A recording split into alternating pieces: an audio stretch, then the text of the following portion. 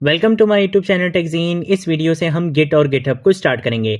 आगे आने वाली कुछ वीडियोस भी हमारी गिट और गिटहब से रिलेटेड रहेंगी, बिकॉज गिट और गिटहब को हम स्टार्टिंग से लेकर एंड तक, बिगिनर से एडवांस लेवल तक सारे इंपॉर्टेंट कॉन्सेप्ट्स को कवर करेंगे, जो एज अ डेवऑप्स इंजीनियर आपके लिए बहुत ज़्यादा इंपॉर्टेंट है। अगर आज से पहले आपने कभी गिट और गिटहब का नाम भी नहीं सुना, आपने कभी कोई काम नहीं किया, तो बिल्कुल भी टेंशन नहीं लेनी है, क्योंकि हम बिल्कुल बिगिनर से एडवांस लेवल तक गिट और गिटहब के सारे इंपॉर्टेंट कॉन्सेप्ट्स को कवर करेंगे। ठीक है, आपको बिल्कुल चैंपियन बना दिया जाएगा, तो टेंशन आपने बिल्कुल भी नहीं लेनी है। ठीक है, सबसे पहले हम बात करेंगे वर्जन कंट्रोल सिस्टम की। अब ये जो कुछ वर्ड्स होते हैं, कुछ टर्मिनोलॉजीज होती हैं, इनके बारे में आपको एज अ डेवऑप्स इंजीनियर भी पता होना चाहिए, एज अ डेवलपर भी पता होना चाहिए, और इस तरीके की चीजें आपसे इंटरव्यू क्वेश्चंस में भी पूछी जा सकती हैं। ठीक है, तो इन चीजों के बारे में आपको पता होना चाहिए, इसलिए हम डिस्कस भी करेंगे। सबसे पहले बात करेंगे वर्जन कंट्रोल सिस्टम क्या होता है। वर्जन कंट्रोल सिस्टम बेसिकली एक सॉफ्टवेयर होता है। सॉफ्टवेयर का मतलब हम इसको डाउनलोड करेंगे, अपने प्रोजेक्ट में इंक्लूड करेंगे और यूज करेंगे।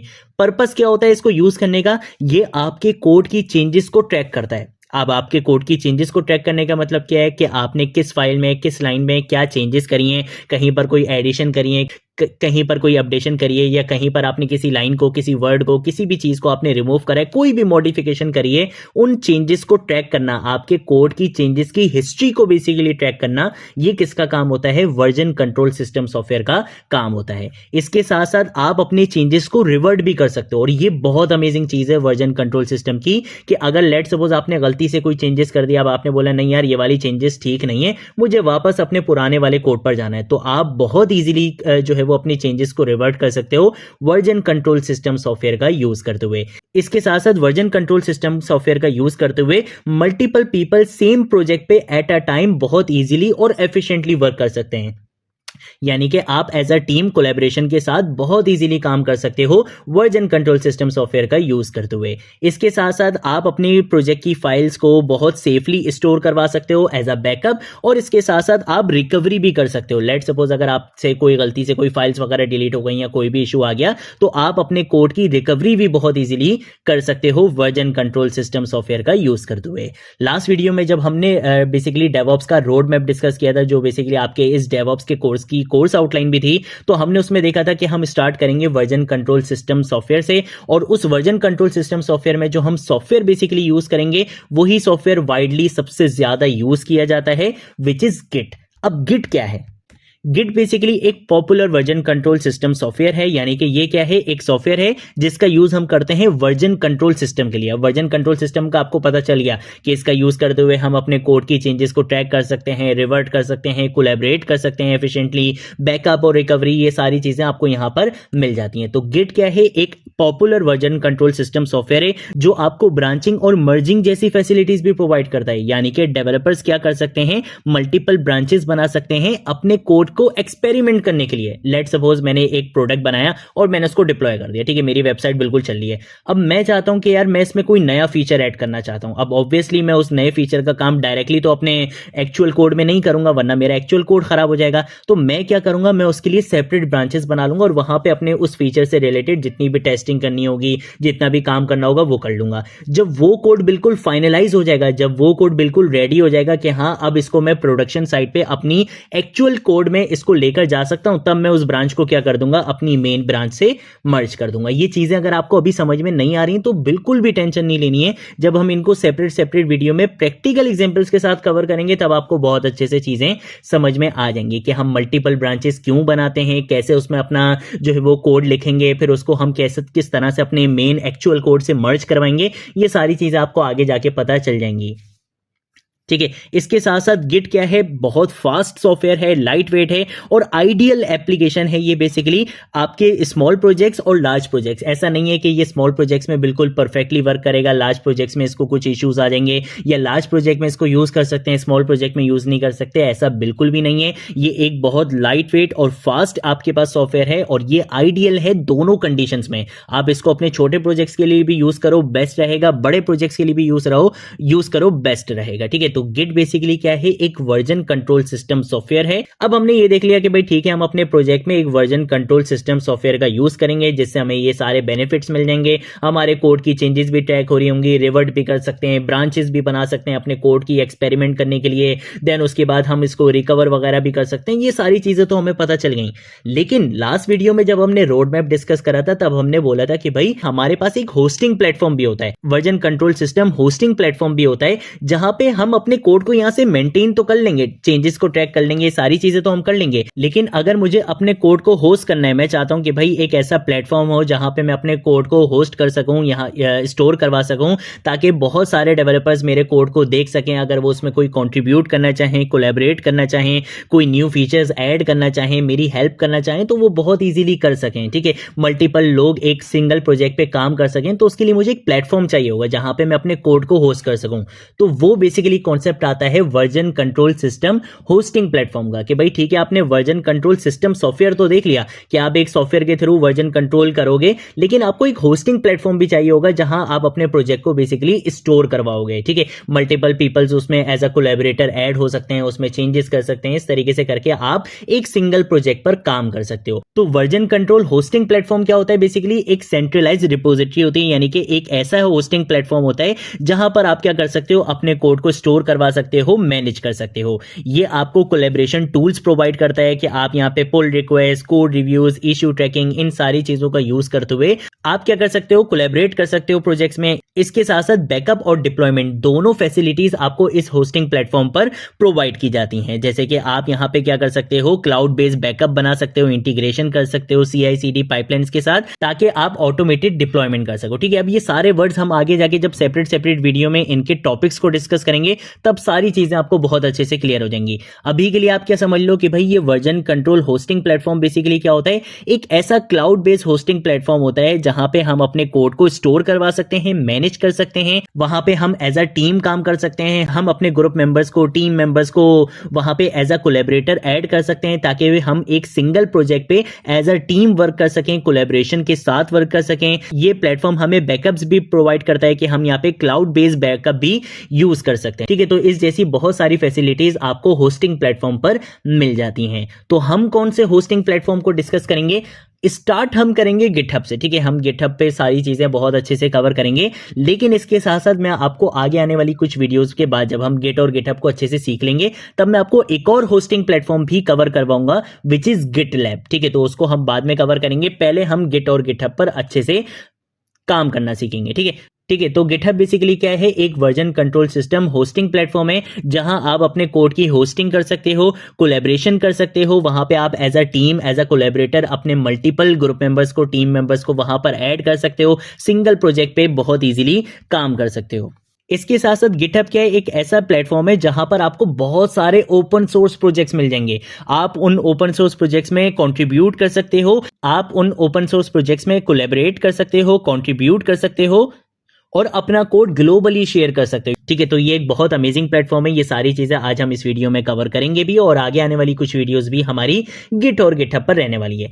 अब हम देखेंगे इंस्टॉलेशन और सेटअप। ये बहुत इंपॉर्टेंट पॉइंट है, क्योंकि अब हमने देख लिया कि भाई ठीक है, गिट क्या है, एक वर्जन कंट्रोल सिस्टम सॉफ्टवेयर है, तो इसका मतलब ये डाउनलोड होगा, इसकी इंस्टॉलेशन होगी, देन हम इसको यूज कर सकते हैं। और गिटहब क्या है, एक क्लाउड बेस्ड प्लेटफॉर्म है, यानी कि ये बेसिकली एक प्लेटफॉर्म है जहां पर जाकर हम अपना अकाउंट क्रिएट करेंगे, लॉग इन करेंगे और फिर हम आगे का काम कर सकते हैं। ठीक है, तो सबसे पहले हम क्या करेंगे, ये जो सॉफ्टवेयर है ना, इसको डाउनलोड करेंगे। उसके लिए आपने क्या करना है, आपने आना है यहां पर आने के बाद आपने जाना है, सबसे पहले आपने यहां पे लिखना है गिट डाउनलोड। ठीक है, हम यहां पे क्या लिखेंगे, गिट डाउनलोड लिखेंगे। गिट डाउनलोड लिखने के बाद ये जो पहली ही वेबसाइट आ रही है, आपने इस वेबसाइट पर चले जाना है। ठीक है, यहां पर आकर ये आपसे पूछेगा कि आप कौन सा ओएस यूज कर रहे हो। मैं अभी विंडोज में हूं, तो मैं यहाँ पे विंडोज पे क्लिक करूंगा, और उसके बाद हम यहाँ पे क्या करेंगे, ये आपको एक ऑप्शन देगा स्टैंड अलोन का और यहाँ पे पोर्टेबल का। आपने क्या करना है, ये जो स्टैंड अलोन 64 बिट आ रहा है, मैं इस पे यहाँ पे क्या कर दूंगा, क्लिक कर दूंगा, जिससे क्या होगा, मेरा गिट यहाँ पे डाउनलोड होना स्टार्ट हो जाएगा। ठीक है, मैंने इसको ऑलरेडी डाउनलोड किया हुआ है, मैं आपको दिखा देता हूँ। अगर हम यहाँ पर आते हैं और मैं जाता हूँ डाउनलोड्स के ऑप्शन पे, यहाँ पे आपको देखो इस तरीके से गिट मिल जाएगा। ठीक है, सिंपल क्या करना है, आपने इस बटन पे जैसे ही क्लिक करोगे गिट आपका क्या हो जाएगा, डाउनलोड हो जाएगा। डाउनलोड होने के बाद वो कुछ इस तरीके से आ जाएगा, इस फॉर्मेट में आ जाएगा। मैं यहाँ पे क्या करूंगा, इसको डबल क्लिक करूंगा और इसको यहाँ पे स्टार्ट करूंगा। अब डाउनलोड तो हो गया, इसकी इंस्टॉलेशन हो गई यहाँ पे। ठीक है, इससे रिलेटेड जितनी भी चीज होंगी वो यहाँ पर इंस्टॉल होंगी। ठीक है, तो हम इसको थोड़ा सा टाइम देते हैं। तब तक के लिए मैं क्या करूंगा, मैं आ जाऊंगा यहाँ पर और यहाँ पर आने के बाद मैं जाऊंगा गिटहब पर। ठीक है, अभी हमने क्या करा था, गिट को डाउनलोड किया था। गिट क्या है, एक वर्जन कंट्रोल सिस्टम सॉफ्टवेयर है। ठीक है, तो सॉफ्टवेयर था तो ऑब्वियसली उसको हमें क्या करना था, डाउनलोड करना था। गिटहब क्या है, एक क्लाउड बेस्ड प्लेटफॉर्म है। ठीक है, तो पहले मैं इसको जरा यहाँ पे नेक्स्ट कर देता हूँ, नेक्स्ट कर देता हूँ। ये गिट की इंस्टॉलेशन हो रही है, मैं इसको यहाँ पे क्या कर देता हूँ, यस कर देता हूँ। देन उसके बाद ये यहाँ पे ये जो चेक ऑप्शंस आ रहे हैं आप इनको एज इट इज रहने देना। और अगर ये वाला जो बेसिकली चेक आ रहा है ना, ओपन गिट बाय शेयर, इसको अगर ये चेक मार्क नहीं हुआ वो, तो इसको इस तरीके से चेक मार्क कर देना। ठीक है, नेक्स्ट कर देना। बाकी सारी चीजें आपकी क्या रहेंगी, सेम रहेंगी। नेक्स्ट करूंगा, नेक्स्ट करूंगा, यहाँ पे नेक्स्ट करूंगा, ये नेक्स्ट करूंगा, ये नेक्स्ट करूंगा, ये नेक्स्ट करूंगा और ये नेक्स्ट करूंगा और ये नेक्स्ट करूंगा, ये नेक्स्ट करूंगा, इंस्टॉल कर दूंगा। ठीक है, इसकी इंस्टॉलेशन हम यहाँ पे होने देते हैं। तब तक के लिए हम सर्च करेंगे गिटहब और यहाँ पर आकर हम क्या करेंगे, गिटहब पे चले जाएंगे। गिटहब बेसिकली हमारे पास क्या है, एक क्लाउड बेस्ड प्लेटफॉर्म है, एक होस्टिंग प्लेटफॉर्म है, जहां पर हम अपने कोड को यहां पे होस्ट करेंगे। ग्लोबली हम अपने काम को शो कर सकते हैं। ओपन सोर्स प्रोजेक्ट्स में हम कंट्रीब्यूट कर सकते हैं। एज अ टीम कोलैबोरेशन के साथ हम यहां पे वर्क कर सकते हैं। बहुत सारी चीजें हम कर सकते हैं। आगे आने वाली वीडियोस में आपको सारी चीजें पता चल जाएंगी। ठीक है, जब आप यहां पर आओगे, ये सबसे पहले आपसे ना साइन अप और लॉग इन करवाएगा। ऑब्वियसली मेरा अकाउंट क्रिएट हुआ था जब ये मुझे डायरेक्ट इस स्क्रीन पर लेकर आ चुका है। बट आपसे ये क्या करवाएगा, साइन अप और लॉग इन करवाएगा। साइन अप और लॉग इन कैसे होगा, जिस तरीके से दूसरी वेबसाइट्स पर जाकर आप साइन अप और लॉगिन करते हो फेसबुक पे, इंस्टा पे, वैसे ही यहां पर भी आपने क्या करना है, साइन अप करना है, अपना अकाउंट क्रिएट करना है। देन उसके बाद आप यहां पे क्या करोगे, लॉगिन करोगे। जब आप लॉगिन कर लोगे तब आप कुछ इस तरीके की स्क्रीन पर आ जाओगे। ठीक है, इस तरीके की स्क्रीन पर आने के बाद यहां पे क्या आ रहा होगा, आपका प्रोफाइल का ऑप्शन आ रहा होगा। आप क्या करोगे, यहां पे क्लिक करोगे।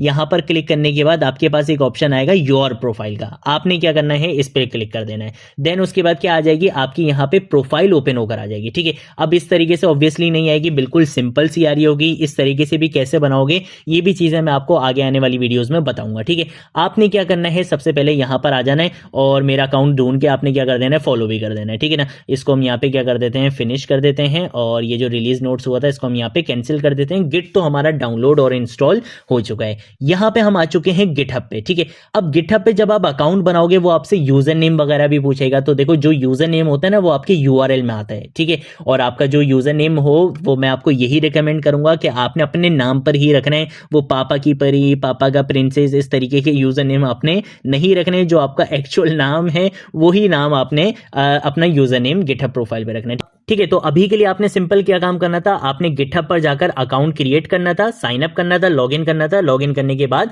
आप कुछ इस तरीके से आ जाओगे। अब हमने क्या किया था, गिट को इंस्टॉल किया था। हम आते हैं यहाँ पे, जब हम यहाँ पर आएंगे, मैं यहाँ पर आकर अगर राइट क्लिक करूंगा, राइट क्लिक करने के बाद शो मोर ऑप्शंस पे क्लिक करूंगा। यहाँ पे आप देखोगे ओपन गिट बाय शेयर का ऑप्शन आ जाएगा, क्योंकि वो मैंने इंस्टॉलेशन के टाइम पे जो चेक मार्क करवाया था ना, ओपन गिट बाय शेयर, ये इसकी वजह से आ रहा है। ठीक है, तो आप देख सकते हो यहाँ पे ओपन गिट बाय शेयर का ऑप्शन आ चुका है। मैं इस पे क्या करूंगा, क्लिक करूंगा, मेरे पास एक टर्मिनल ओपन होकर आ जाएगा। ये बेसिकली क्या होता है, टर्मिनल होता है, गिट बैश का टर्मिनल है ये। हम जितनी भी गिट की कमांड्स लिखेंगे वो सारी हम इसी टर्मिनल पे लिखेंगे। हाँ, हम वीएस कोड के टर्मिनल पे भी लिख सकते हैं, बट उसके लिए भी आपको पहले गिट बैश को डाउनलोड करना पड़ेगा। तो हमने जैसे यहाँ पे गिट बैश को डाउनलोड कर लिया। आगे आने वाली वीडियोस में जब हम थोड़ा सा कोडिंग वगैरह की साइड पर आएंगे तब हम वीएस कोड के टर्मिनल पे भी काम करेंगे। अभी क्या करना है, अब देखो सबसे इंपॉर्टेंट चीज को समझो। मैंने यहाँ पे क्या करना है, लेट सपोज मैं यहाँ पे अपने कोड को पुश करवाना चाहता हूं, यानी कि यहाँ पे जो भी मैं डेवलपमेंट करूंगा मैं चाहता हूं कि मैं अपने कोड को यहां से सेंड कर सकूं, कहां पे, अपनी गिटहब पे। ठीक है, ऑब्वियसली हमारी जो रिपोजिटरीज होंगी वो सारी यहां पर बनेंगी। तो उसके लिए पहले मुझे क्या करवाना पड़ेगा, अपने इस क्लाउड प्लेटफॉर्म को, यानी कि ये जो मेरा होस्टिंग प्लेटफॉर्म है, इसको लिंक करवाना पड़ेगा मेरे सॉफ्टवेयर से। ये जो सॉफ्टवेयर है ये मेरे सिस्टम में इंस्टॉल है, ऐसा ही है, ये मेरे सिस्टम में। इसको नहीं पता कि मेरे होस्टिंग प्लेटफॉर्म यानी कि गिटहब पे मैंने किस नाम से अकाउंट बनाया, मेरा अकाउंट कौन सा है, इसको नहीं पता। तो मुझे पहले यहां पे क्या करनी पड़ेगी, कॉन्फ़िगरेशन करनी पड़ेगी। कॉन्फ़िगरेशन का मतलब क्या होता है कि मैंने अपनी गिट को लिंक करवाना है किससे, गिटहब से। ठीक है, तो उसके लिए हमारे पास कुछ कमांड्स होती हैं, वो कमांड्स मैं आपको यहां पे बताने वाला हूं। सबसे पहले आप यहां पर आकर लिखते हो गिट, उसके बाद हम यहां पे लिखेंगे कॉन्फ़िग, डबल डैश, उसके बाद हम यहाँ पे लिखते हैं ग्लोबल, और उसके बाद मैं यहाँ पे लिखूंगा यूजर डॉट नेम, और उसके बाद मैं यहाँ पे डबल कोटेशंस लगाऊंगा। यहाँ पे आप अपना वो यूजर नेम बताते हो जो आपकी गिटहब का यूजर नेम है, ठीक है। ये यूजर नेम नहीं होता है, यूजर नेम होता है ये जो नीचे लिखा हुआ है ना, ये बेसिकली यूजर नेम है, ठीक है। ये जो लिखा हुआ है ये यूजर नेम है, ये आप सिंपल देख सकते हो। ये जो आपके यहाँ पे यूआरएल में आ रहा है ये क्या होता है, आपका यूजर नेम होता है, ठीक है। तो आप यहाँ पे आके सबसे पहले क्या बताओगे, गिट को अपना यूजर नेम बताओगे। मेरा यूजर नेम है फरजीन डैश अली, ठीक है। आप यहाँ पे देख सकते हो मेरा यूजर नेम यही है, यहाँ पे आप देख लो फरजीन डैश अली है, यही एग्जैक्ट यूजर नेम मैंने यहाँ पे रख दिया। इसका मतलब क्या है कि मैं गिट के अंदर कॉन्फ़िगरेशन करवा रहा हूं ग्लोबली, ठीक है। ये डबल डैश ग्लोबल का क्या मतलब है, ग्लोबली, यानी कि मैं एक ही बार ये काम करूंगा ताकि मुझे बार बार ये कॉन्फ़िगरेशन नहीं करवानी पड़े, ठीक है। मैंने क्या कमांड लिखी, git config double dash global user dot name, और मैंने बता दिया कि मेरे गिटहब प्रोफाइल यानी कि मेरा जो होस्टिंग प्लेटफॉर्म है जिससे मैं अपने वर्जन कंट्रोल सिस्टम सॉफ्टवेयर को लिंक करवाने वाला हूं उसका यूजर नेम क्या है वो मैंने यहाँ पे बताया, और यहाँ पे एंटर प्रेस कर दिया, ठीक है। तो इससे क्या हुआ, मेरा जो यूजर नेम था वो गिट भाई को पता चल गया है। इसके साथ साथ मुझे यहाँ पे एक और कमांड लिखनी है, मैं यहाँ पे लिखूंगा git config double dash global user dot email, ठीक है। आपने यहाँ पे यूजर ईमेल बतानी है, और आप वो वाली यूजर ईमेल बताओगे जिस यूजर ईमेल का यूज करते हुए आपने गिटहब का अकाउंट बनाया था, ठीक है। ये चीज याद रखना, बहुत सारे स्टूडेंट्स इस चीज में गलती कर देते हैं, वो भूल जाते हैं, कोई दूसरी ईमेल लिख देते हैं, फिर आगे जाके आपके पास इश्यूज आएंगे, ठीक है। तो आपने क्या करना है, यूजर नेम भी एग्जैक्ट वही बताना है जो आपकी गिटहब प्रोफाइल का यूजर नेम है, और यूजर ईमेल भी वही बतानी है जिस ईमेल का यूज करते हुए आपने गिटहब का अकाउंट क्रिएट किया था। तो मेरी जो ईमेल है वो बेसिकली ये है कि मैं यहाँ पे लिखूंगा फरजीन अली arif786@gmail.com, ठीक है। मैंने यहाँ पे अपनी ईमेल लिख दी, और यहाँ पे भी मैं क्या कर दूंगा, एंटर प्रेस कर दूंगा। तो इससे क्या होगा कि मेरा जो गिटहब अकाउंट था अब वो लिंक हो चुका है, किससे, गिट से लिंक हो चुका है। अब अगर मैं ये देखना चाहता हूं कि भाई जो मैंने अभी कॉन्फ़िगरेशन करी है क्या वो कॉन्फ़िगरेशन सक्सेसफुली गिट में हो चुकी है या नहीं हो चुकी, तो उसके लिए भी हमारे पास एक कमांड होती है। मैं यहाँ पर अगर लिखूंगा git config double dash list की कमांड, ठीक है। इससे बेसिकली क्या होगा कि गिट के अंदर की जो कॉन्फ़िगरेशन होती है उसकी पूरी लिस्ट आपको यहाँ पे मिल जाएगी। मैं यहाँ पे क्या करूंगा, एंटर प्रेस करूंगा, तो देखो आपको यहाँ पे एक लिस्ट मिल चुकी है, और आप अगर यहाँ पे देखोगे यूजर नेम एग्जैक्ट वही यूजर नेम आ रहा है जो बेसिकली मेरा क्या था, गिटहब का यूजर नेम था, और यूजर डॉट ईमेल में भी एग्जैक्ट वही ईमेल आ रही है जो बेसिकली मेरे क्या थी, वो ईमेल है जिसका यूज करते हुए मैंने गिटहब का अकाउंट क्रिएट किया था, ठीक है। ये कॉन्फ़िगरेशन अगर आपने करवा ली, आपने यहाँ पे चेक भी कर लिया, इसको वेरीफाई कर लिया कि हाँ ये कॉन्फ़िगरेशन हो चुकी है, इसका मतलब सिंपल सा ये है कि आपका जो वर्जन कंट्रोल सिस्टम सॉफ्टवेयर था यानी कि गिट, वो इंटीग्रेट हो चुका है, कनेक्ट हो चुका है आपके version control system hosting platform यानी कि गिटहब से। अब गिट और गिटहब आपस में क्या हो चुके हैं, इंटीग्रेट हो चुके हैं, कनेक्ट हो चुके हैं, यानी कि अब अगर मैं यहाँ पे गिट से जो भी कमांड्स वगैरह यूज करूंगा, अपना कोड पुश करवाऊंगा, कोड को स्टोर करवाऊंगा यहाँ गिटहब प्रोफाइल में, तो वो इजीली जाएगा, क्योंकि अब मेरे इस गिट को पता है कि अगर यहां से कोड पुश किया जाएगा तो वो किस अकाउंट में जाएगा, इस वाले अकाउंट में जाएगा। ये चीज हमने यहाँ पे इंटीग्रेट करवा ली है। आज की वीडियो में हमने सिर्फ इतना ही देखना था, वर्जन कंट्रोल सिस्टम के बारे में पढ़ना था, गिट को देखना था कि गिट क्या है, गिट की इंस्टॉलेशन देखनी थी, version control system hosting platform का देखना था कि ये होस्टिंग प्लेटफॉर्म क्या होता है, हमने गिटहब के बारे में भी देखा, गिटहब पर अकाउंट कैसे क्रिएट होगा वो भी मैंने आपको बता दिया, और गिटहब पे अभी हमने ज्यादा काम नहीं किए, आगे आने वाली वीडियोस में हम काम करेंगे, ठीक है। तो ये थी हमारी आज की वीडियो। अगर कोई चीज नहीं समझ आए नीचे कमेंट सेक्शन में पूछ लेना, सोशल मीडिया अकाउंट पे पूछ लेना, मैं जरूर आप लोगों को रिस्पॉन्ड करूंगा। नेक्स्ट वीडियो में हम देखेंगे कि किस तरीके से हम अपना कोड पुश कर सकते हैं गिटहब पर, ठीक है। हम यहाँ पे काम करेंगे, लेट सपोज मैं आपको बता देता हूँ थोड़ा सा, हम यहाँ पे फोल्डर बनाएंगे, उसके अंदर काम करेंगे, कोड करेंगे, कोड करने के बाद हम गिट का यूज करते हुए यहाँ से कोड को पुश करेंगे, और यहाँ से जब कोड को पुश करेंगे तो वो डायरेक्टली आपके अकाउंट में आकर स्टोर हो जाएगा, ठीक है। ये सारा काम हम जो ये जादू है ना बेसिकली, ये हम नेक्स्ट वीडियो में डिस्कस करेंगे, ठीक है। तो आज की वीडियो के लिए इतना ही, अब हम मिलेंगे नेक्स्ट वीडियो में नेक्स्ट टॉपिक के साथ, तब तक के लिए बाय बाय।